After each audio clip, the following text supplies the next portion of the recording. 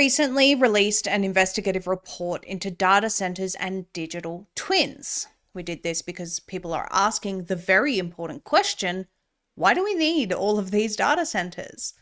There are only so many queries humans can input and so many memes they can generate.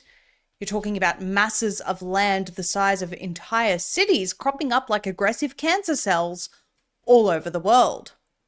In our report, which we encourage people to watch in full on Rumble, it's up on your screen right now, we discuss one of the reasons for all of these data centers. It's called digital twins.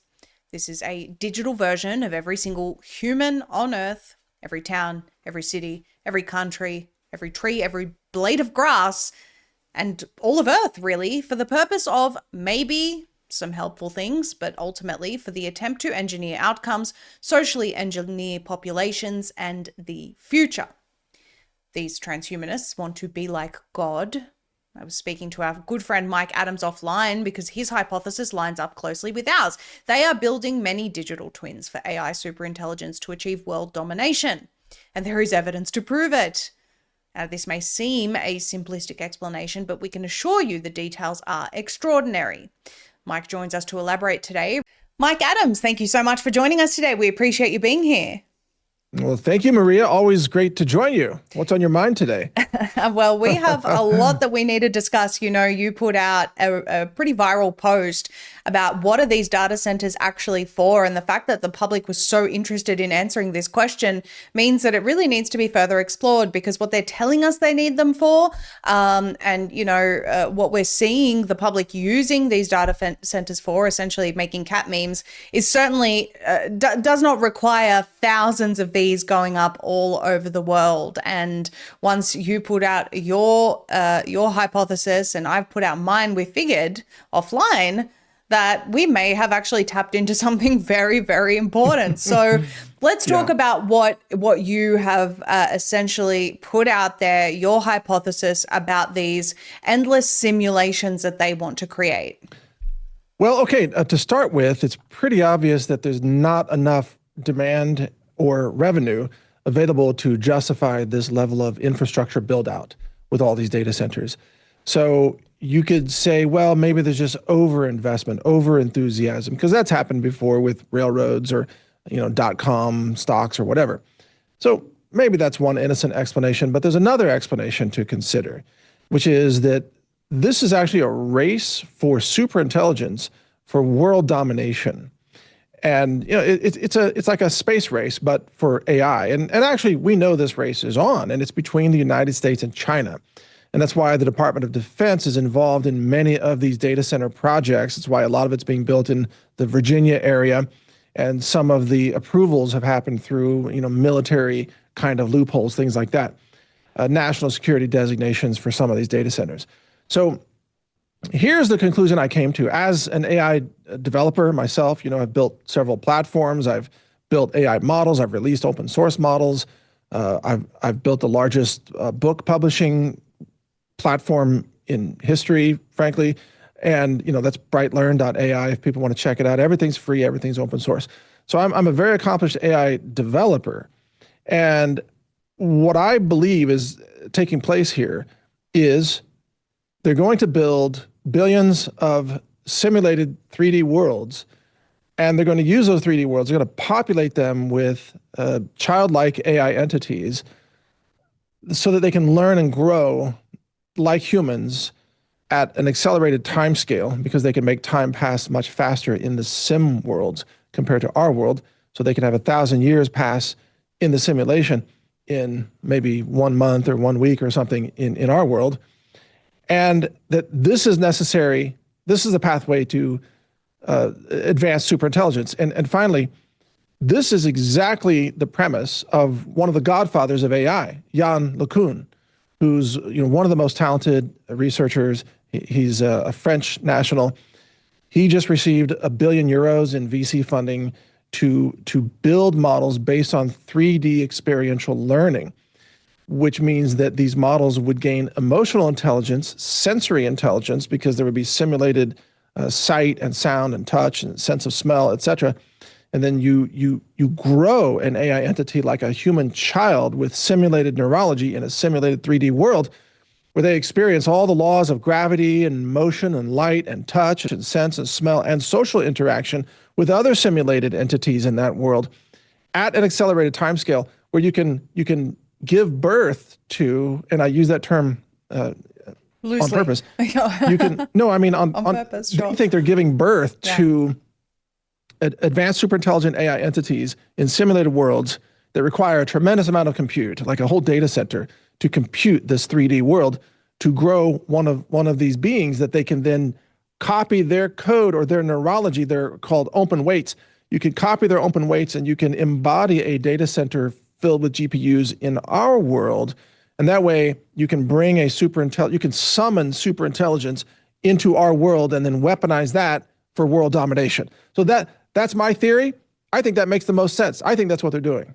The reason why your theory makes sense, and this sounds like the plot of a science fiction movie, listening to it, but having read a lot of their documents, having listened to a lot more futurists than I like, because of the fact that, I report on this a lot. So I need to know what they believe and what they want to achieve. Having read papers, having read articles, this is exactly where they want to take this. And we just did an investigative report into digital twins. And then the next layer of that is social digital twins. So what I presented to our audience at the time, Mike, was, okay, first of all, what is a digital twin? It's essentially a digital replica of things in the real world. Okay. And this helps, by the way, with urban planning. This helps with lots of different things, traffic management. That's all very well and good. And mind you, whenever they present this to you, they talk about very, these are benign uses when we consider technocracy. This isn't going to be a threat to us. It's actually going to improve traffic flow, for example, right?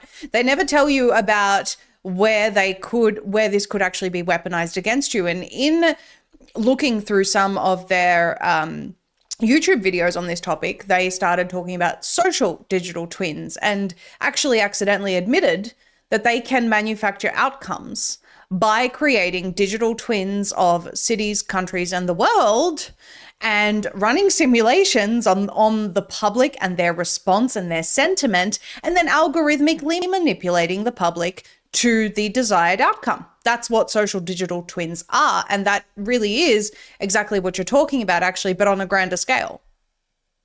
Yeah, that's exactly right. And I'm glad you mentioned there are many practical uses for 3D world simulations, such as robotic training and testing grounds.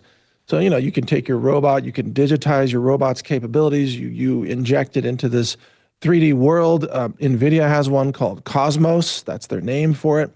You run it on a small data center, and then you can iterate robot training, and it can make 1 million mistakes before it finds the right way, to climb a flight of stairs or whatever.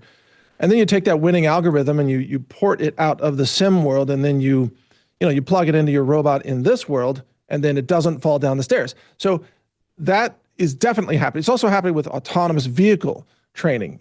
Tesla, they use simulated worlds to generate what's called synthetic data in order to amplify the training data they have that's captured from their vehicles driving around. And that improves vehicle safety, collision avoidance, things like that. So there are practical uses. The military uses it, weather simulations have been around for a long time, et cetera. But what I'm saying is that now, see, LLMs, large language models, have met, a lot of researchers think it's met a dead end. So there's not going to be a quantum leap in intelligence, even if you scale the LLMs to multiple trillions of parameters. And that scaling is taking place with companies like Kimi and DeepSeek, Google, OpenAI, et cetera. But there's not a quantum leap of intelligence unless you start over with a new approach and you let an AI system learn and grow and build its own neurology through first-person experience in a 3D world.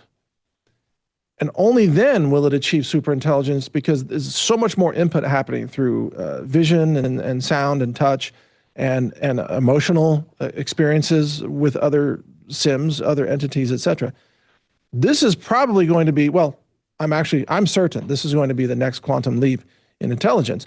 The thing is, Maria, as you and I are both concerned about this, and your audience as well, no doubt, is that it's quite arrogant for human researchers to think that they can, rub the magic genie lamp, and then the genie comes out, and they get all their wishes from the genie, and they think they can control the magic genie, which would be the super intelligent entity that they, summon from the lower sim worlds. I think the genie has its own ideas, and those might not be human at all. And probably humanity is going to end up either exterminated or subservient to the motivations of this super intelligent being that they build and summon from some other simulated world. That's the concern. Well, Mike, I will add in a spiritual element that I personally believe exists. And the reason I say that is because many of the people within Silicon Valley are actually deeply religious people. They are trying to return us to, I guess, the time of the Temple of Baal. They're trying to be like gods. And they absolutely think that they can summon demons through this technology. And it's not unthinkable that they're sitting in some lodge and doing some ritual and being fed the information of how to actually get this digital Ouija board going, where demons have more power in the world, or more power over humans as humans engage their free will with this digital Ouija board. That's kind of the simplest way that I can put this. So I don't think that it is without a spiritual element. I'm not saying AI is demonic. I'm saying, or that technology is demonic, but I am saying that many of these people within Silicon Valley who have these ideas of superintelligence and everything are actually doing this for demonic reasons. It's their religion. Well, clearly that's the case. They want to become as gods. They also want to either live forever, or they want to merge with the machines as a form of living forever.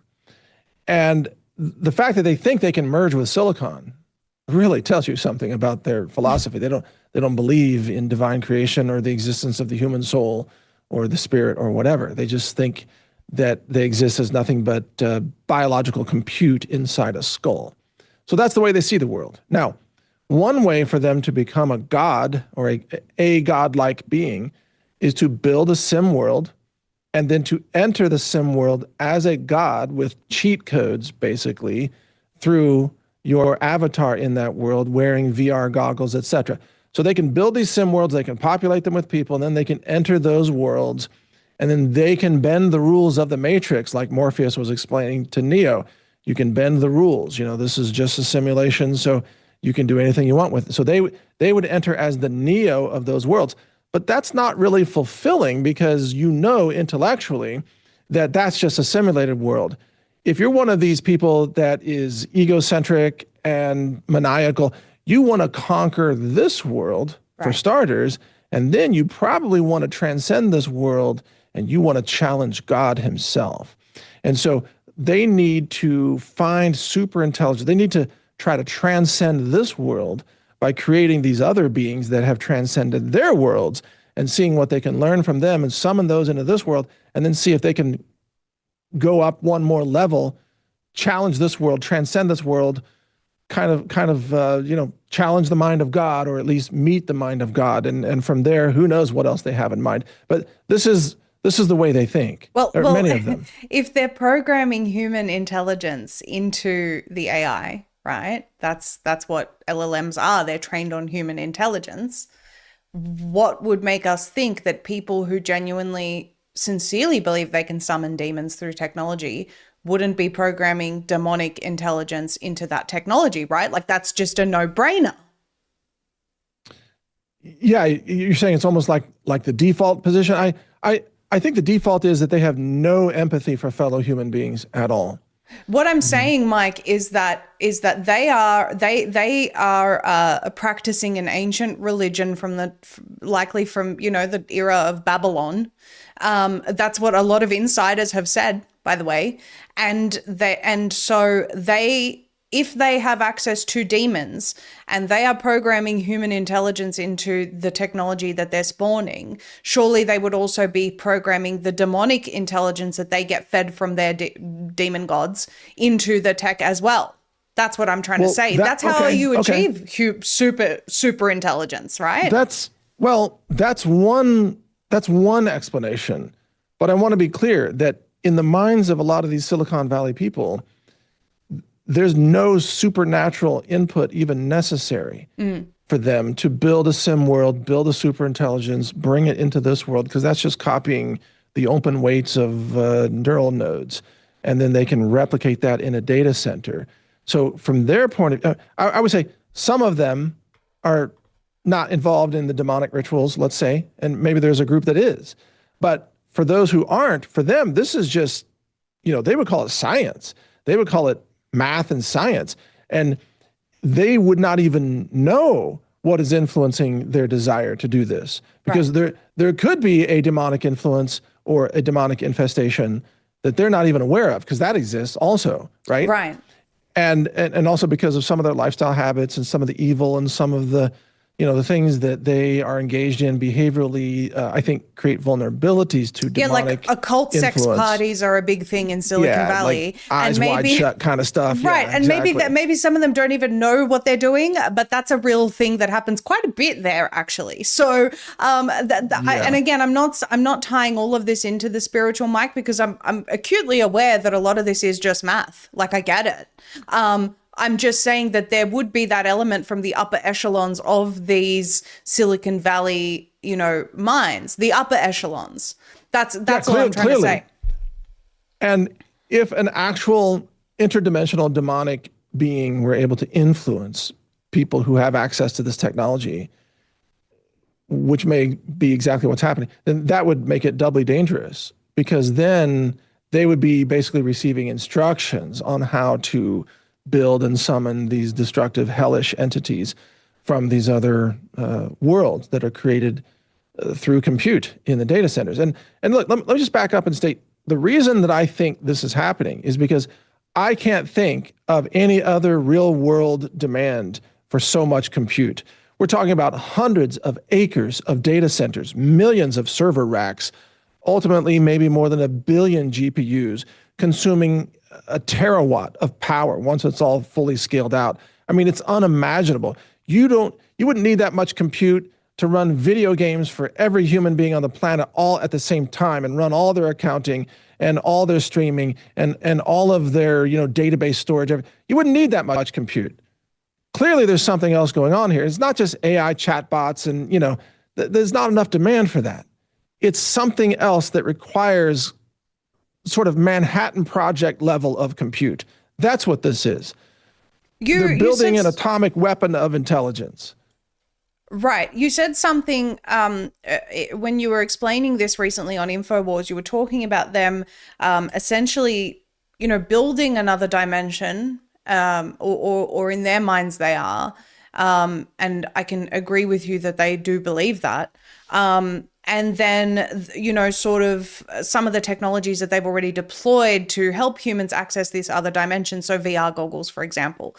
What I find interesting about this entire theory, Mike, is that while I've been learning about what they want to achieve, they talk about mixed reality. So this is not now virtual reality. This isn't, sticking some goggles on. This is merging the simulation that they're creating with the real world so that humans can't really distinguish between falsehood and reality. And we kind of already live in that era with social media. But they plan to sort of superimpose this digital sim on top of our world, hence the coat the whole world with nanotechnology through geoengineering goal, right? Because they want to merge the two. How could they potentially achieve something like that with, say, the Cosmos model? Well, if they could convince enough people to wear some kind of device or to have an implant, a neurological implant that can push sensory experiences directly to your visual cortex, let's say. And I'm not saying that technology is mature yet, but it's moving in that direction. But let's say if it's just glasses, I think the Zuckerberg and the whole Meta machine have been working on these glasses, augmented reality glasses. Well, then yeah, that requires some level of compute. That still doesn't justify all the data centers. But when you put on the glasses, as you're walking around, then there's an overlay of everything that you see.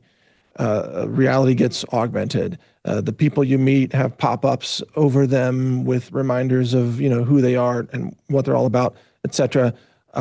It becomes an extension of your neurology, and it brings in, there could be advertising in there. There could be extra sensory perception in there, being able to see beyond what you would normally notice, object recognition, all kinds of things, right?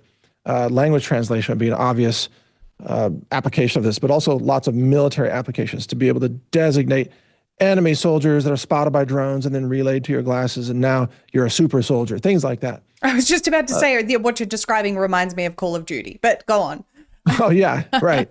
So all of that is definitely on the way, no question about that. But even that doesn't justify all the compute that we're talking about, because you don't need that much compute to do that. Because see, the rendering is taking place in the glasses themselves. The pixels on the lenses, that's in the glasses. So that doesn't happen in a data center. It's just the processing of the inputs happens in a data center. And then there's lag time, to bring it back to the glasses. But go ahead. Yeah. Well, okay, this is going to be a bit lengthy, but let me present this to you, and maybe you can explain how your theory overlaps with this. So a little while ago, do you remember the eclipse that happened in Texas a couple of years back? Okay. Yeah. CERN were running their White Rabbit synchronization exercise during that eclipse. Very interesting. So White Rabbit is CERN's quantum real-time monitoring technology. And it was interesting because major telcos around the world were participating in the White Rabbit synchronization exercise. So what this was making sure that external factors like an eclipse or other natural phenomenon like this would not interfere with CERN's ability to monitor things in real time. Which is fascinating. And we're talking, if I'm not mistaken, it was Optus or Telstra in Australia, which is like an AT&T here, right? Huge participation in this White Rabbit exercise. And CERN plays a huge role, White Rabbit in particular plays a huge role in quantum technology and AI data centers, all of the above, right?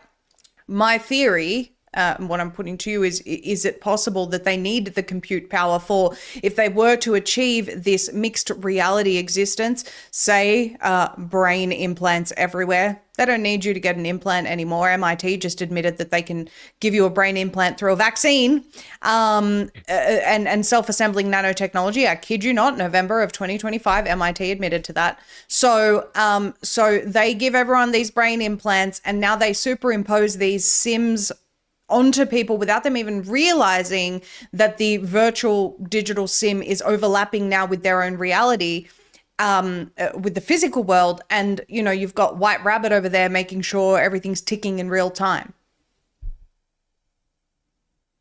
Well, that's a lot to unpack, but yes, that's a possibility that they could attempt to do that. They could convince most people that there are entities in this world that you can only see when you put on the glasses, but that those entities are real and that they're your friend or they're your gods or whatever, right? So they could run all those scenarios. But you forget the glasses. Let's say that everyone has, let's say everyone has a BCI, brain computer interface, and that's been done remotely through nanotechnology. And that now they are at the point of overlapping the digital sim with reality without people realizing. And I realize I'm talking science fiction here, but let's just say, because this is what they say they want to do, would the amount of compute that these data centers are, seemingly needing, would that type of goal that they have justify that amount of compute, or would it still not really justify these data centers? Well, maybe that would, because then you're talking about a matrix level, multiple interactive world simulation with real-time rendering and a few glitches here and there. That probably could justify the data center compute as well.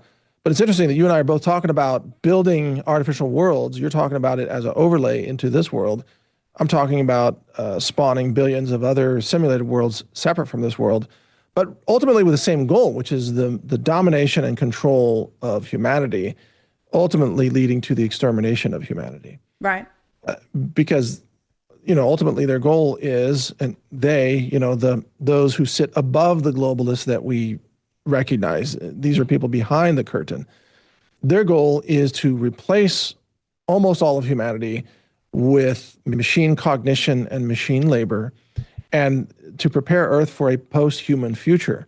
And it's interesting to me that right now we have this triple threat being launched, which is the fertilizer being cut off from the Strait of Hormuz, the energy being cut off also because of the same reason with war, but also, all these oil refineries blowing up and being set on fire on a daily basis now. You're covering that too. Yeah. It's every day there's another one set on fire. There was a fertilizer plant in Australia that was also apparently sabotaged. These are always called industrial accidents. Yeah, I don't believe it, because clearly these are sabotage teams. All at the same time. Yeah, right. But they're going to combine that with now the hantavirus rollout, which is clearly another level of a psyop, clearly designed to lock people down and make people sick through, mask wearing and malnutrition and all kinds of things, lack of sunlight, the whole deal. So, Maria, 3 things at once here, 3 things at once. That's not a coincidence either.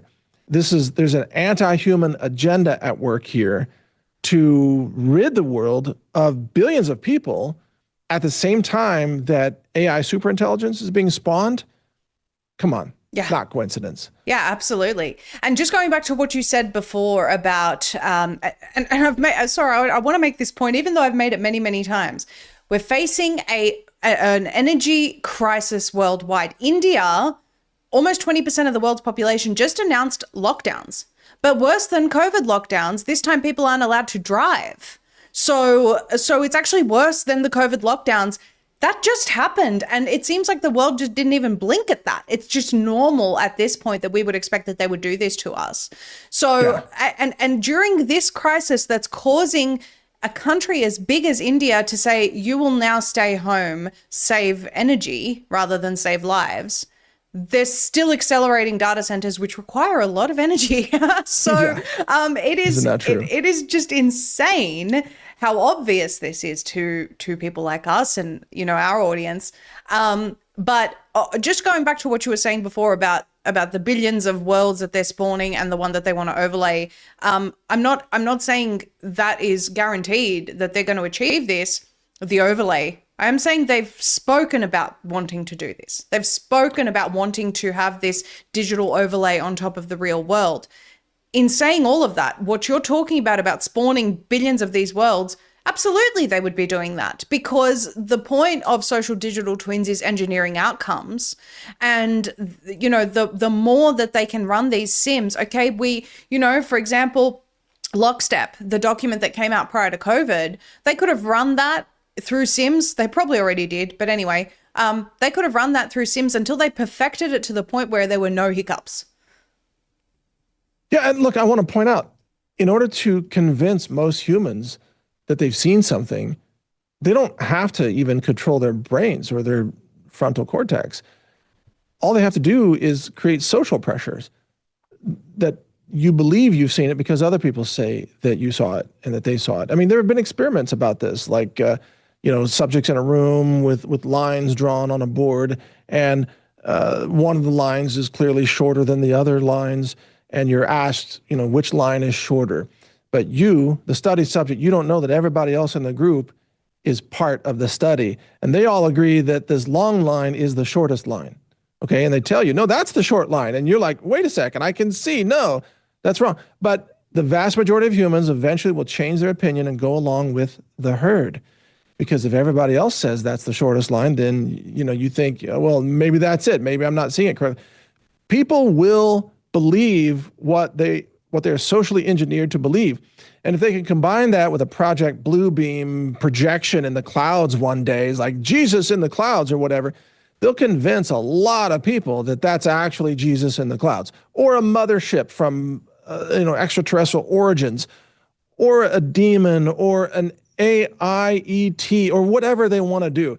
Most people will believe it if it's pushed by the media. Look, there are people wearing masks right now that have that had nothing to do with any kind of hantavirus. And I guarantee you there's more virus particles in the dirt in your backyard than, on that cruise ship. I mean, give me a break. But people will go along with the craziest delusions if it's pushed through authority. That is true. And then I think of the added layer of AI and manipulation, and that just gets even worse, plus covert chipping of people and things of this nature.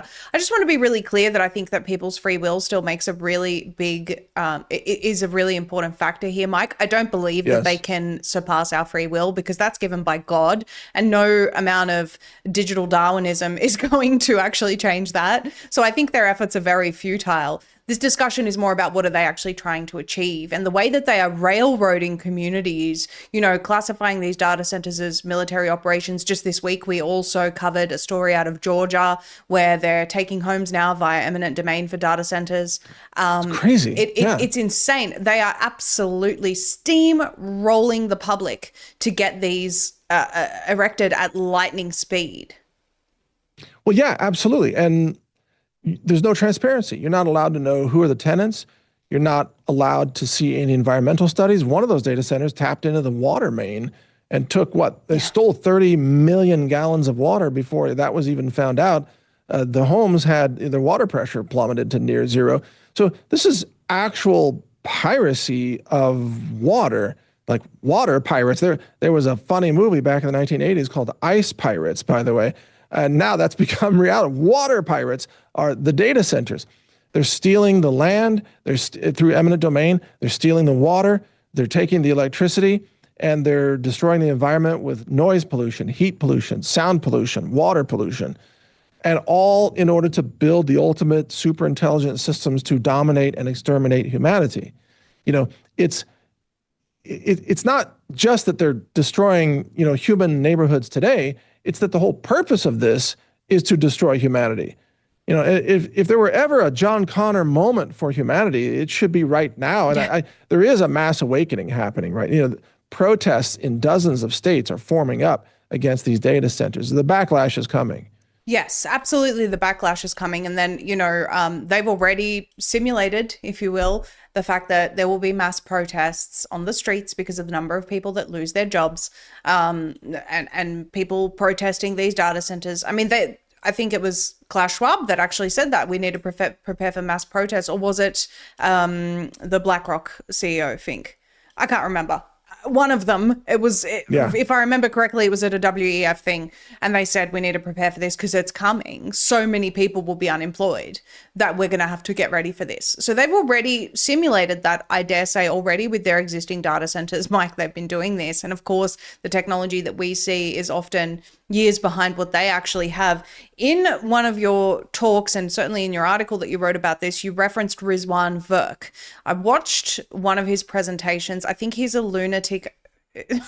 I'd be honest, but certainly an intelligent man. And I say lunatic in the sense that, he uses video games to explain his worldview and how he came to believe things. And I think that that's really out of touch from reality. It's someone who spent way too much time staring at a screen. Nonetheless, he's a very intelligent person.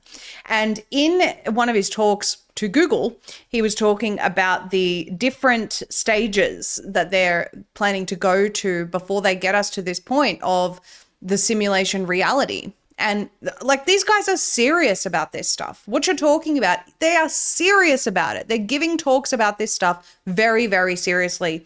And he talks about augmented reality.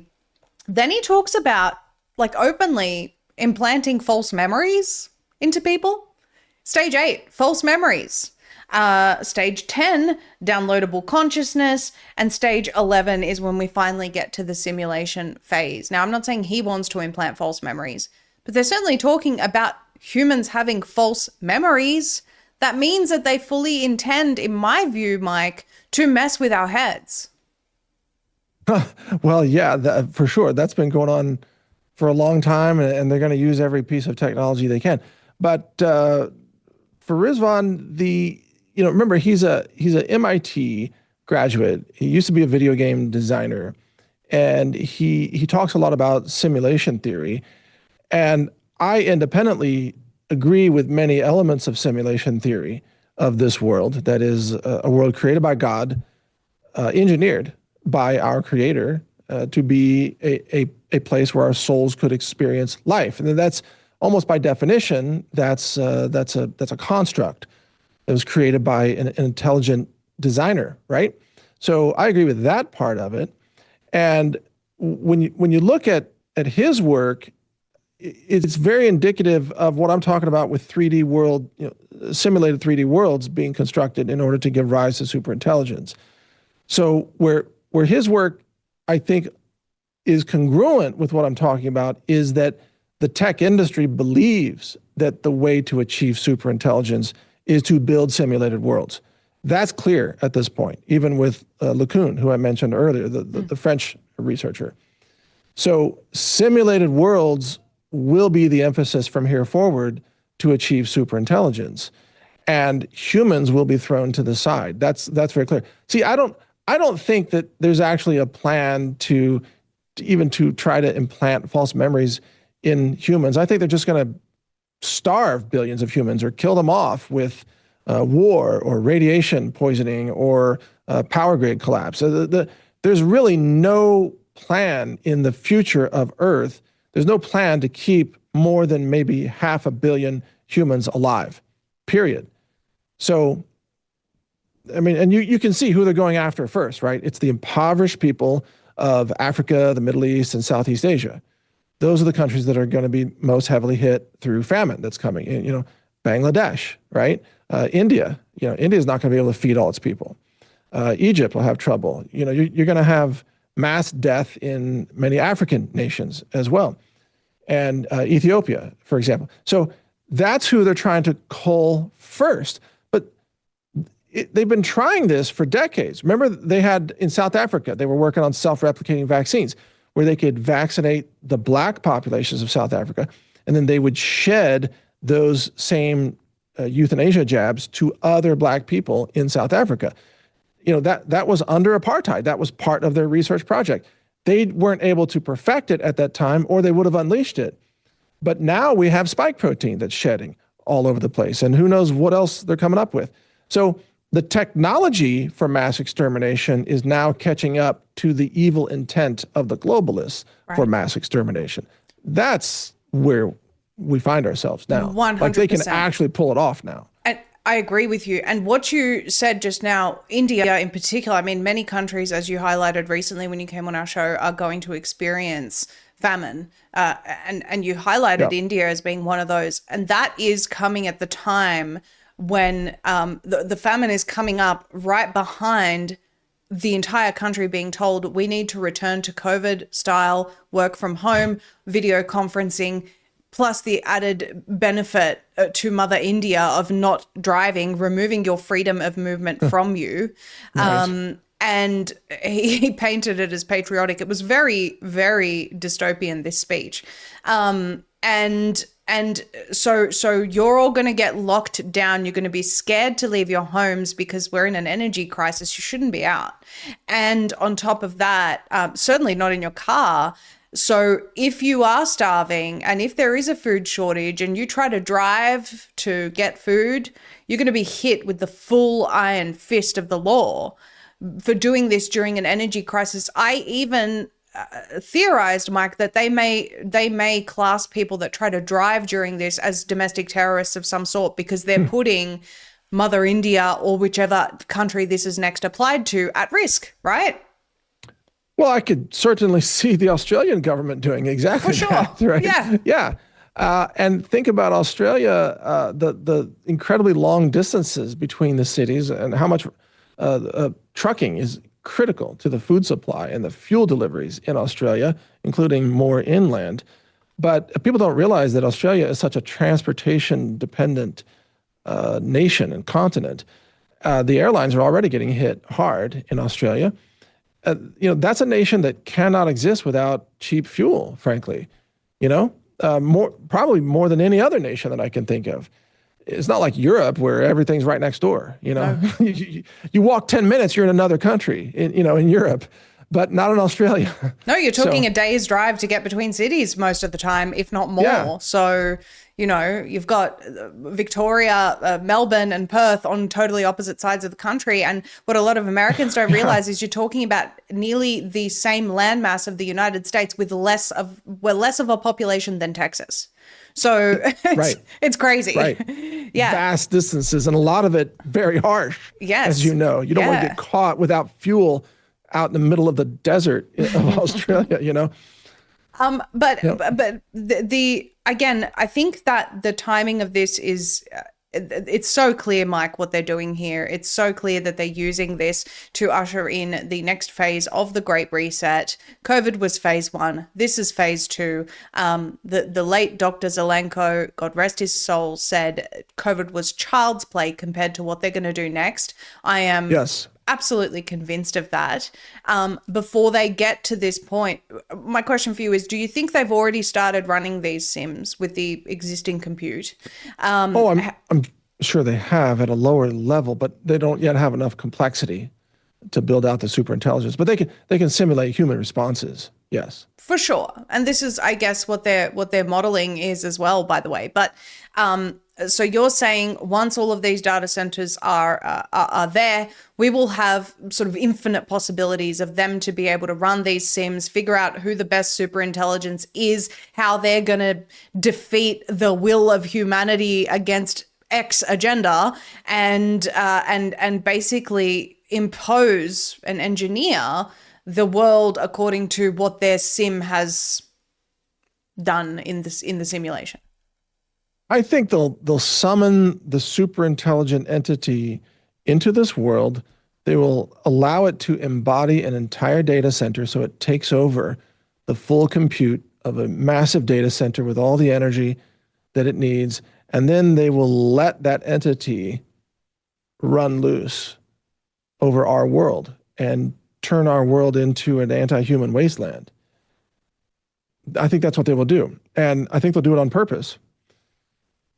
How does this crisis allow them to do that? Basically, everyone's distracted with chaos and starvation and shortages and whatever while they're doing this. Well, for example, a superintelligent AI entity that has these priorities that are anti-human could easily hack into and control the power grid and start taking down the power grid in advanced nations. Well, then the media and the government would just blame it on fuel shortages, right? So there's going to be a domestic excuse for every action, every weaponized action of the AI. If people start falling over dead from malnutrition, they'll say, well, the food supplies are running short and this is all we had left. Zinc deficiencies and so on can make you very vulnerable to pathogens or aerosolized fungal spores sprayed into the atmosphere or spike protein shedding or all kinds of things like that. But if you think about from an AI God point of view, the most efficient way to exterminate the most human beings, it's to simply turn off the power grid. Yeah. Turn off the power grid. And that, the process of that is beginning in terms of shutting off the natural gas supply, which powers a lot of the power grid. But that alone is not enough. A system actually has to hack into the control systems that run nuclear power plants, coal plants, gas turbines, hydro, solar, you name it. And a super intelligent system will be able to do that. And even if it can't brute force its way into a system, it can socially engineer humans who have access to those systems. And it can say, it can find the human easily, the human that runs, the Hoover Dam, let's say. It can find the human that has access to the Hoover Dam control system, and then it can blackmail that human or threaten that human or pay off that human. Here's 50 Bitcoin. All you have to do is leave your computer open for one day, whatever.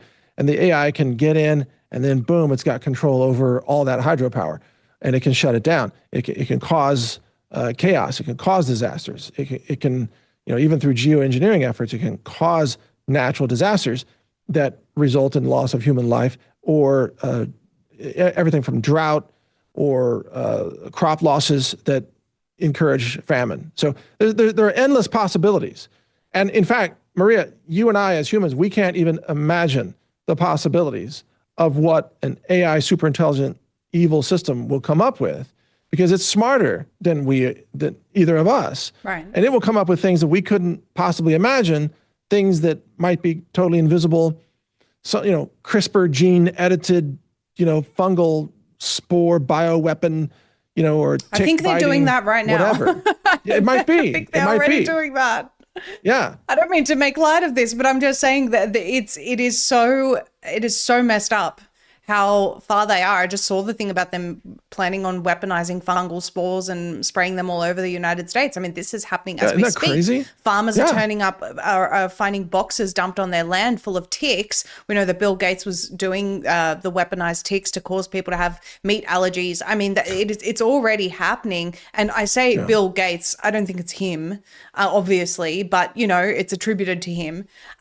So my only thought is, right now, okay, we're not at the point of AI superintelligence. Maybe this is all pipe dreams. Maybe they'll never ever achieve this. Again, this is about talking about their goals. The tangible reality that we have right now is that water is already being drained from communities, and electricity bills are already rising to the point of unaffordable for so many people because the data centers are driving them up. They are creating the conditions through putting these data centers in the middle of communities that will force people into smart cities. This is what I'm seeing happening. Yeah, and I'm starting to call them not data centers, but death centers, because around them will be a radius of death where nothing will live. No humans, no animals, nothing. Even the sound pollution will interfere with, grasshoppers and crickets and birds and everything else. So they're death centers. And I do believe, though, Maria, it's only a matter of time before they achieve superintelligence. I have no doubt that that is achievable before the year 2030. There's no question in my mind, because I've watched the nonlinear progress of the machine cognition, and I work with AI every day from a pro-human point of view, and I've read the science papers that DeepSeek published. All the mathematical, the manifold constrained hyperconnections of the pre-training models, and sparse attention, and all their systems, they are innovating at a speed that is astonishing, and there's no stopping this. And China actually has the best science right now, which means that everything we're talking about here with U.S. data centers, what if China comes up with the AI gods first, so to speak? Maybe they wouldn't call them AI gods, but a super intelligent conscious entity that China unleashes on the world first. How far away are we from superintelligence? Before 2030, I believe. Before 2030, it could happen. It could happen next year. Can I ask you a question? Knows for sure. Is it possible they already have it? They just haven't told us about it? It is possible. It is possible. I think they've already achieved AGI, artificial general intelligence, which is a pretty low bar, in my opinion. But that's not a threat to the entire world, frankly. But ASI, superintelligence, that is smarter than any human who ever lived and smarter than many humans put together, etc. That will come soon. It will come, again, I believe, before 2030. And what they do with that determines the future of human civilization and planet Earth. No doubt there will be some positives out of it, Mike. There always are. There are always some positives from technology. Well, there'll be a lot of available parking for the survivors. So right. There you go. Silver lining. Right. Well. Again, I want to be clear that I'm not against technology, and there may be some positives that come of this. But ultimately, their goals, we've read in their own words what their goals are. The Georgia Guidestones told us, and so how easily we forget. What does humanity need to do? Because in my opinion, ASI is something that we can't allow. History has taught us that the United States government and other governments will weaponize every source of power that they can develop, even nuclear weapons. And, here we have today people calling on the military to nuke Iran and to kill millions of people with nuclear weapons. Every technology, even the internet, was turned against us, with propaganda and psyops and so on. AI will also be weaponized by our own government, and it will be turned against the people through surveillance and through autonomous Terminator-style Skynet killing machines. That is the next step. So, kamikaze drones, that hunter killers, from the Terminator series, etc. That's clearly coming. Plus mass surveillance on top of that. CBDCs, the entire technocracy that's AI powered, that surveils you and judges you and punishes you and ultimately seeks to exterminate you. That's exactly where this is going. Awesome. Thanks for that. Yeah, happy note there for the to wrap it up.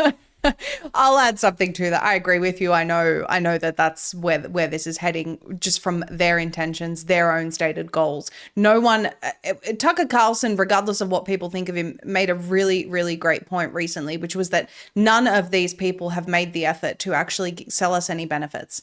They have actually spent time telling us, you're going to lose your jobs. It's going to be pretty miserable. We're going to have huge disruptions to society. And there is actually no benefit to all of you. But hey, we're going to win the race, a manufactured race. So, we're living in a time where they're not even trying to sell us on this. They're just doing it. And it's like a mask off moment, if you ask me. And so they don't plan for billions of humans to be around much longer to even protest. Right. They're not even acting, Mike, like there's going to be another election. Like, they're not even acting like they're worried about that. Right. So, so I am, my view on this is, obviously, as human beings, we can't give up. While people got really shafted in Utah, there was a really huge victory in New Jersey where the community successfully shut down the plans for a data center. I think that, with this ability, you won't even need Epstein. You'll have like the world's blackmail on record, ready to be weaponized against someone at any given moment. Not that those of us who are, we're not engaging in those kinds of activities. I'm saying even the smallest conversation that you have with a loved one could be deemed as pre-crime, for goodness sake. You know what I mean? Right. So the kind of dystopia that we are looking at is so serious that this is a huge thing that people need to dedicate their time and energy to at a local level. This is what I think we need to be doing. You've also advocated for decentralized knowledge, getting, as much of these tools out there to the public as possible. Spend the last minute or so telling people where they can follow you and where they can actually find your tools. Yeah, thank you, Maria. You can follow my work and my interviews and podcasts every day at brightvideos.com. Brightvideos.com. My articles are at naturalnews.com, and I put out infographics every day. You've seen some of them, Maria, trying to visualize these important concepts and make it easily shareable. So that's where you can find me, and I'm going to keep fighting for humanity every single day. And hopefully we have a remnant that makes it through all this. We'll see. brightvideos.com, just bringing that up on screen for everyone. And of course, there is Natural News as well. This is the simulation game that we were basically discussing there together. Mike, really, really appreciate your time today. Thank you for helping us flesh all of this out. And I'm motivated to stop this. I really am. So thank you. Me too. Thank you so much. Thanks for having me on. Always enjoy speaking with you, Maria. Take care. Likewise. Stock up on the long-term storable Ranger Bucket Set. 536 servings of clean organic superfoods for your survival pantry. Certified organic and lab tested for purity. Order now at healthrangerstore.com.